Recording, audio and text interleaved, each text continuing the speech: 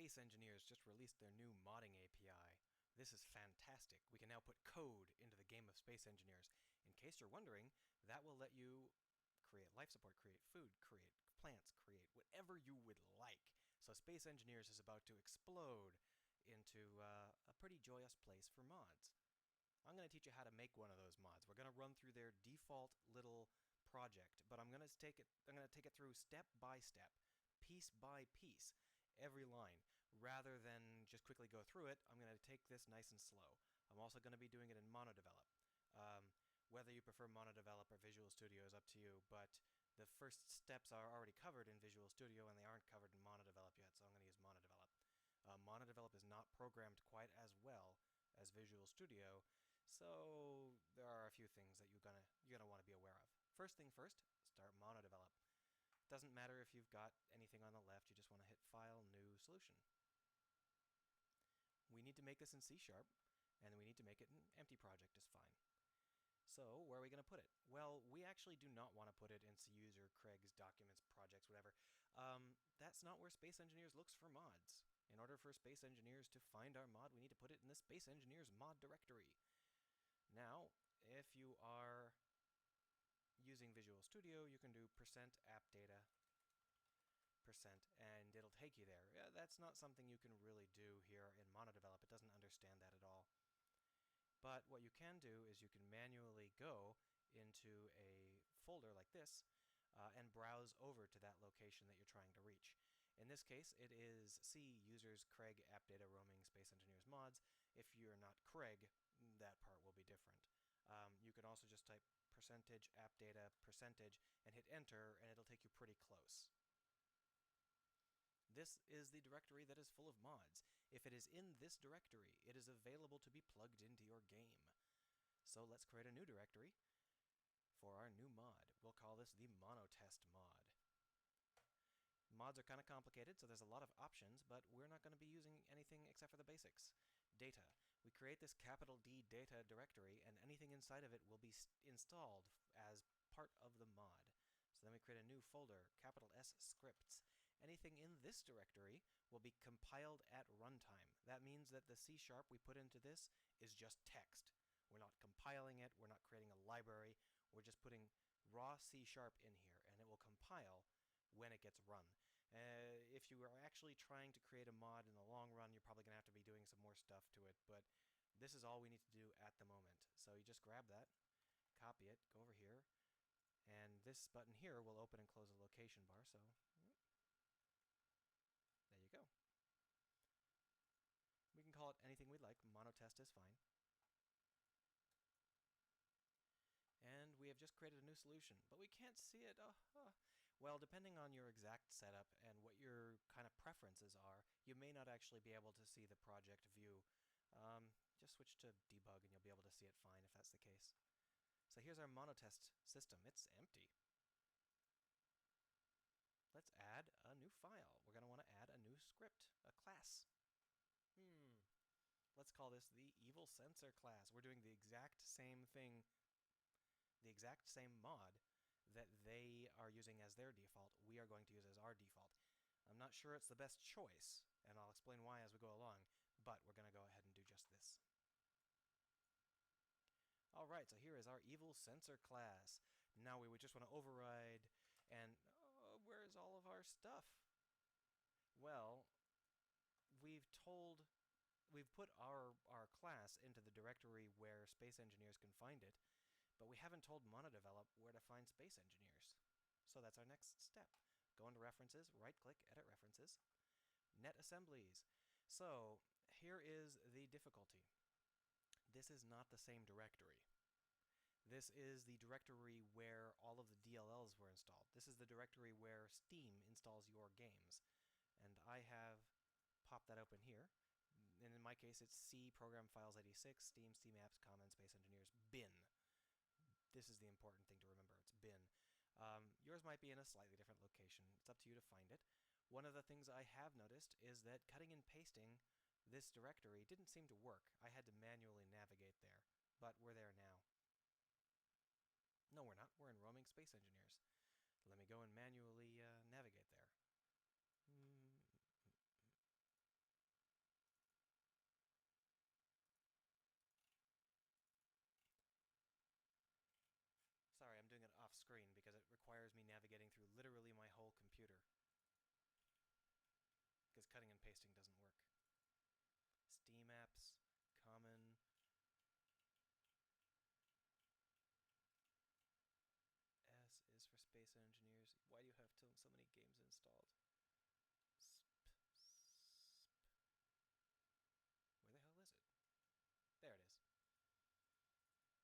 SpaceChem and Star Trek Online bin. There we go. So here we are. I'm in the right directory now, and you can see all this complicated stuff. You don't have to worry about any of this complicated stuff. All you want to do is install all of the Sandbox DLLs and all of the VRage DLLs. Okay? The Sandbox DLLs are how you talk to the game, and the VRage DLLs are how they handle all of their position and velocity and physics. You may not actually need all of these, but there's no penalty for using them, so whatever.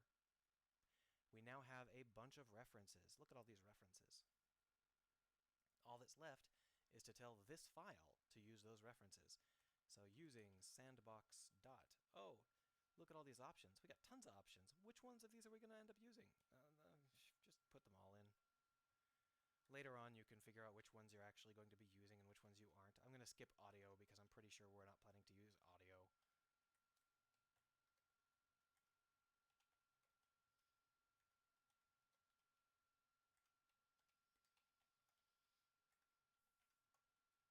All right. But unfortunately, that's not actually enough because there are some very, very important subdirectories that we need. So using sandbox.common.components, because we're going to be putting components into the game world, sandbox.common.object builders, because we're going to be building a lot of objects. Sandbox.modapi.ingame, because we are going to be using the mod in the game, and sandbox.modapi.interfaces, because, well, we're not actually using any of the interfaces, but we might someday. That's all you need to do. So I just basically used every directory. So if you can't seem to figure out, if it's not autofilling or giving you the options, you probably just forgot to put in one of these using directives. So what's our next step? Well, we don't want to be public class evil sensor without anything else. We're not just a default sensor class or anything like that. We would like to be a class that is part of this game. And to do that, we are going to descend from the MyGameLogic component. Now, in case you're wondering, the MyGameLogic component is a lot like the MonoBehavior component in Unity. This is a script that will get added to an existing game object. We're not descending from the sensor class. We are instead just descending from the default logical script class, and that means that this script will get stuck on the sensor. But Space Engineers doesn't know that we want to stick it on the sensor. So how do we tell Space Engineers that we are going to stick this on the sensor? MyEntity component descriptor, type of MyObjectBuilder, builder, and let's pick the sensor.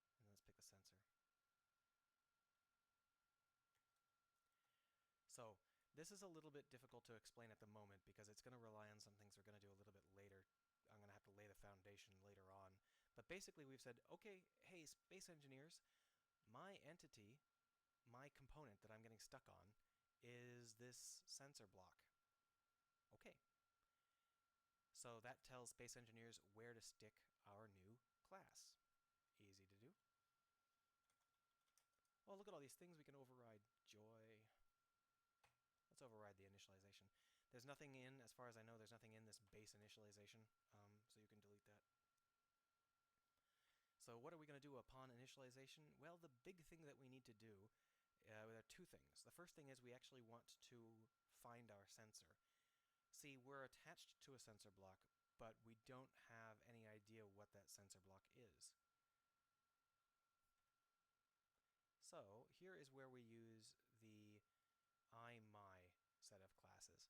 The IMY set of classes is, as far as I can tell, instantiated objects. These are things that have been already put into the game world.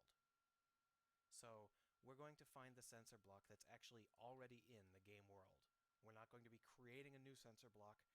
We're not going to be referencing the sensor block factory class. We're going to be putting this sensor block into, we're just going to be grabbing the sensor block that is already in the game world.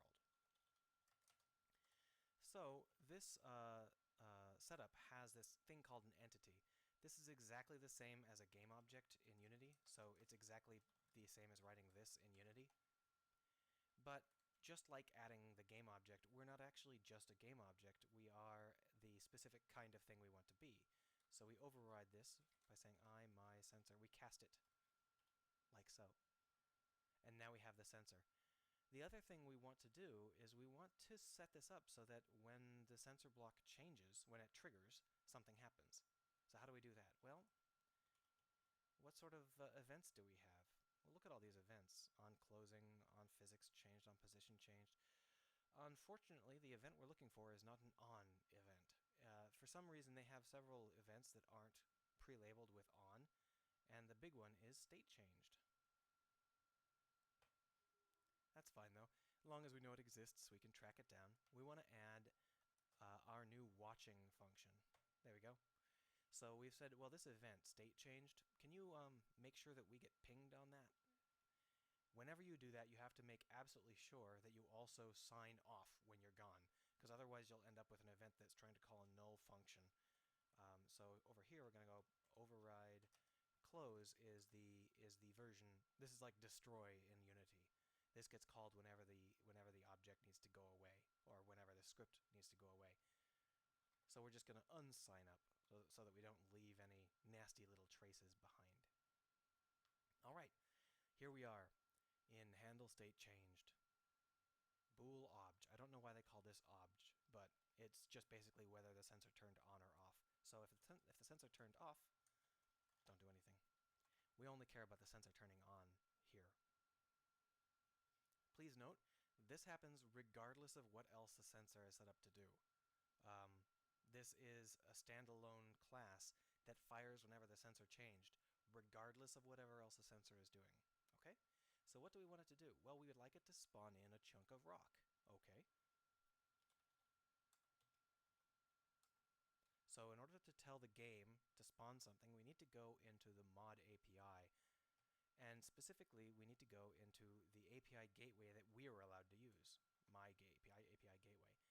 From here, we have access to a lot of cool stuff, like players, entities, the cube builder.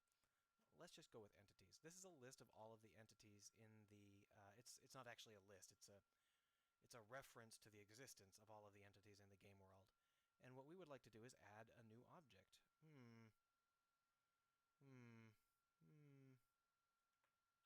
We could add a new entity, but that's not what we want to do. We want to add an object.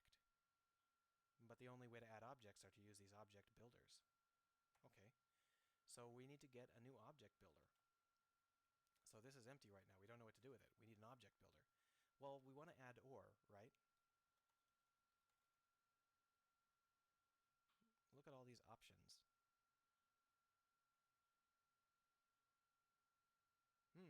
Well, there's a lot of stuff we can add. OR. That's good.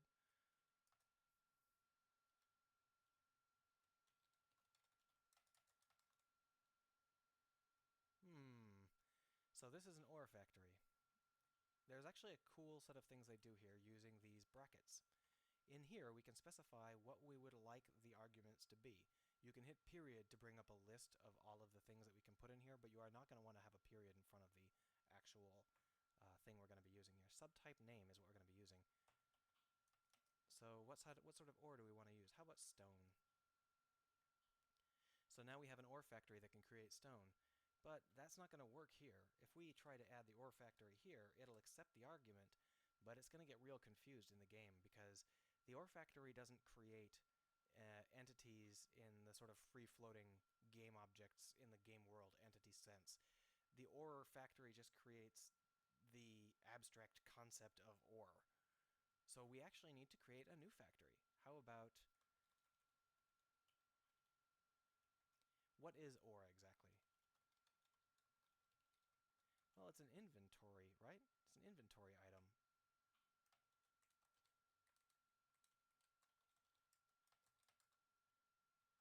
Just like before, we can use these brackets. Pretty cool, right? What do we want? Well, we want an amount. So this will let us create a certain amount of inventory. How about 100 points of OR? Okay? But we also need to tell it to create the OR. So that would be content.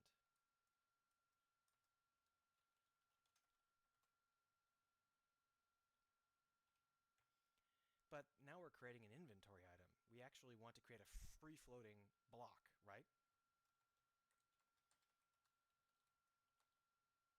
There it is, floating object.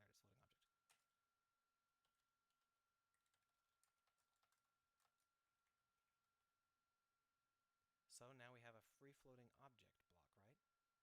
What are we going to put in here? Actually, I'm not sure we have to put anything in here.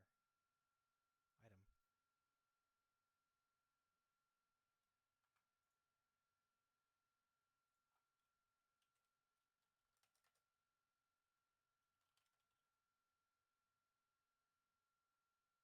There we go. So what we've just done is we've nested a lot of factories inside of each other. This is why I think that their default sample wasn't a terribly good idea, just because the most complicated thing they do is they nest these factories. And by introducing that right now at the very beginning, I've just shown you that there's kind of a maze to go through. It's not really as complicated as it looks, but this is about as complicated as it gets.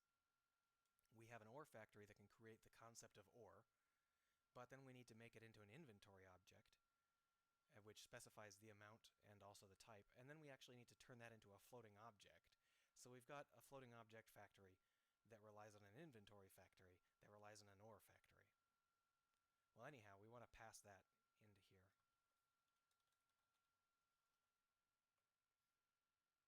Unfortunately, there are still a couple of little pieces to this puzzle, because we haven't told the floating object factory where it needs to put our objects, and we also haven't told it that it should only work in certain situations. So first off, let's go ahead and set the flags up.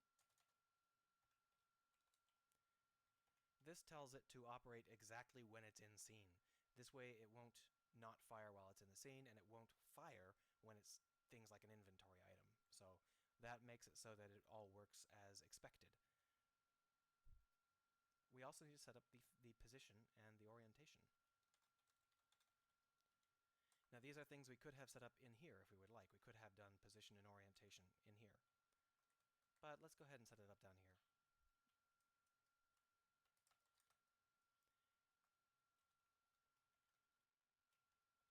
There are a couple of places we want to do here. Position equals sensor, because that's what we are, dot position. Hey, look, there's a sensor dot position. Don't use it. We want to use the world matrix dot position, not dot translation. And the reason for that is because the way that it does positions is not what you would expect, due to the fact that we're using a library called vrage, and it behaves differently than you might expect. Rely on the world matrix system rather than the defaults. And let's move it up just a little bit, shall we? So we've just told it to put it above us. Now we could tell it the forward and the up like they do in the example, but I don't particularly see any reason to do that, so let's not bother. Save, and that should be everything we needed. This should literally be the entire script. Shall we boot it up and see what happens?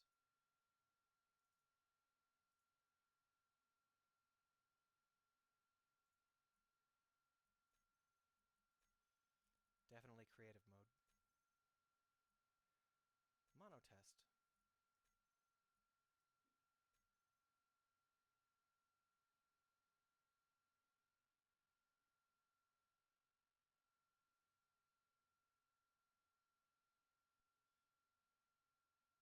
Sounds like there might be a little bit of background noise in a second. Just bear with me.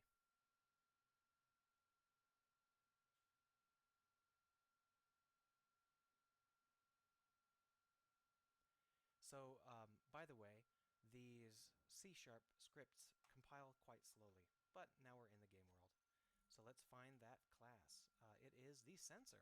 We created a new version of the sensor, right? What? It's not working. Why isn't it working? Well, the reason it's not working is because we didn't give it the position and the orientation. If we hit F11, you can see there were no loading errors, but unfortunately that's not good enough. So let's go ahead and quit out of this game, and let's give it the orientation.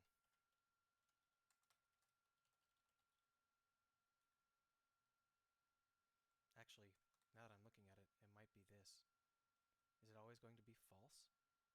Let's just go ahead and give that a shot.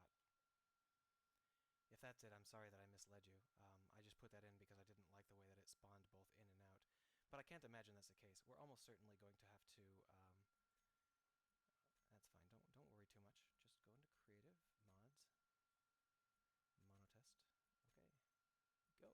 And while that's happening, I will go ahead and edit this so that it works. Position forward equals sensor.worldMatrix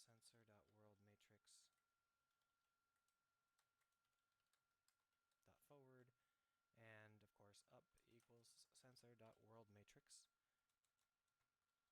dot up.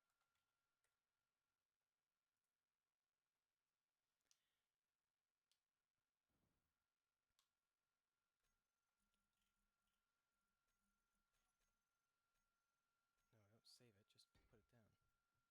Alright, so yep, I was right. So let's go ahead and add that back in. If obj equals false, return. I was trying to just point out that this doesn't work exactly the way you might expect, because it can and will fail silently or act oddly in a way which appears to fail silently. So you need to be a little bit careful about it. And if you really want to do this in a way where you will be able to keep track of it, feel free to do sandbox.modapi. And then you can actually send yourself messages. Utilities dot show message, send a message. So you should be able to send yourself messages if you are unsure of what's going wrong. Feel free to fill your script with message comments.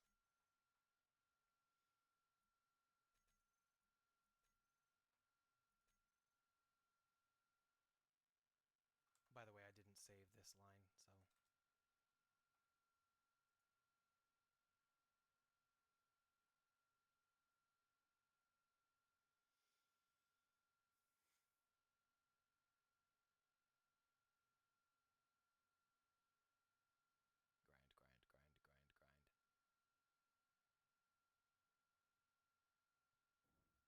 Grind, grind, grind, grind, grind. There we go. We hit F11 just to check. No loading errors. Okay. Oh, look it worked.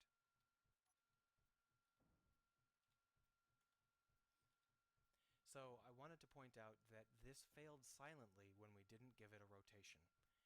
That's the sort of thing you're going to have to be very careful of. Passing somewhat incomplete arguments will normally cause an error in most games and most APIs, but this is a very young API, and sometimes things will fail mysteriously. If they do, check and make sure that you're actually passing in all of the things that you're required to pass in. And that's it. I hope you've enjoyed this little example of how to create code here in Space Engineers. There's lots of stuff we can do.